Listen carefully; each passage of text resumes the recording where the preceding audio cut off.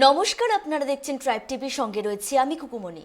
শুরু করছে আজকের বেঙ্গল এক্সপ্রেস। শুরুতেই নজরে রাখবো শিরোনাম। উপরাষ্ট্রপতি নির্বাচনে পাশে চান মমতাকে, টুইট উপরাষ্ট্রপতি পদপ্রার্থী মার্গারেট আলভার।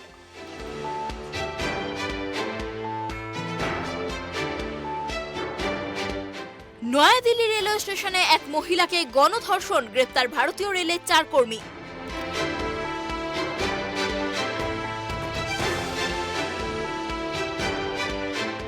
টেটে ভুল প্রশ্নের উত্তরে নম্বর, সিবিআই দপ্তরে হাজিরা দিলেন 2 পর্ষদ সদস্য।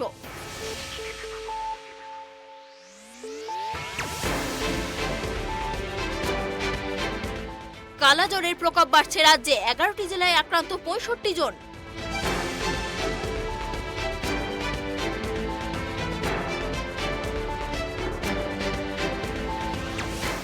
চাষের কাজের জন্য আগামী 28শে জুলাই কংসাবতী জলাধার থেকে ছাড়া হবে জল।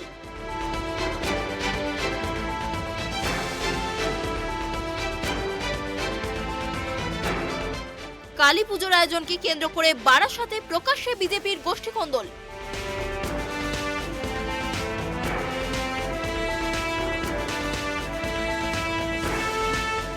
কলকাতার টালাতে আন্তর্জাতিক মানের স্টেডিয়াম তৈরির পরিকল্পনা কলকাতা পুরসভার।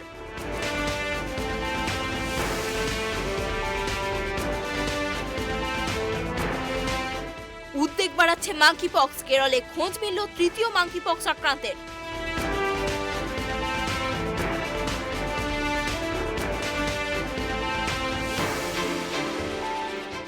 অনিয়মের অভিযোগে কাঠগড়ায় কেন্দ্রীয় মন্ত্রী স্মৃতি ইরানির পারিবারিক রেস্তোরাঁ।